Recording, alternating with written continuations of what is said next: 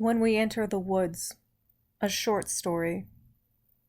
In the woods we walk, the branches overhead grow dense and dark as we move, and, as this happens, there is a terrible sadness in my heart, for the world is a dark and terrible place, filled with terrible people. A monster moves through the brush. The woods is dark. I feel sad. Though I travel with many people, I travel alone. They speak in riddles, in memes, and nonsense. Meaningful talk is spam in their eyes. They are affronted by it. They bite back with venom when I inquire about the beast. I suspect it's there. I can hear it breathing in a nearby bush, and I say, "Do you hear that?" But my companions silence me with a chorus of "No!" And it is always this way. I have given up on having anything meaningful in my life because of this predictable response. My companions are not unlike God. I say unto them, "Will I have love?" And they respond with a resounding "No." I say unto them, "Will I have money?" And they shout back with another predictable and vicious chorus of "No," because they have judged this desire equally as unreasonable. I say unto them, "Will I have success?" And they laugh and laugh, very amused by my gall. How dare I ask such a question? I must have known before I started that the answer was always no. My companions set up their camp. I help them in little ways that go unnoticed and unappreciated. They make no secret of the fact that I am unwanted. Yet I stay by them all the same. What other choice do I have? Where else have I to go? I hear the monster wrestling nearby. I have glimpsed it with my own eyes, yet I dare not describe it with words, because my words will be mocked or ignored. It is pointless to speak.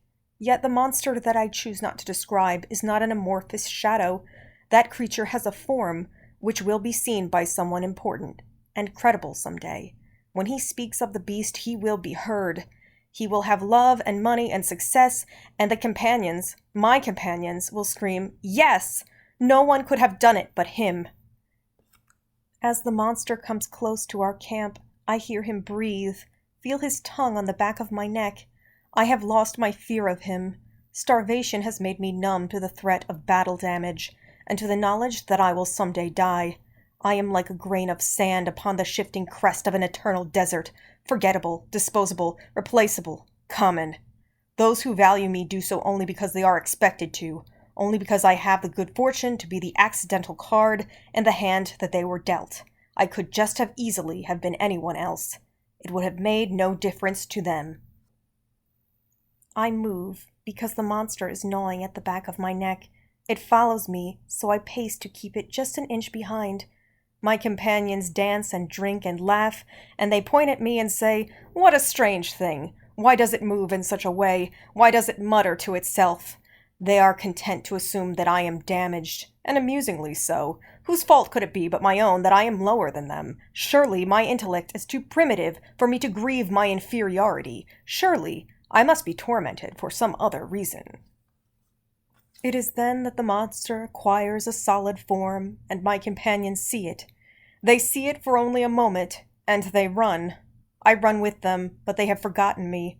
The dirty words I dare not speak have taken form. They could not imagine it, and now they are feeling it on their skin and in their internal organs as they are being sliced to ribbons and unraveled in the claws of the faceless beast.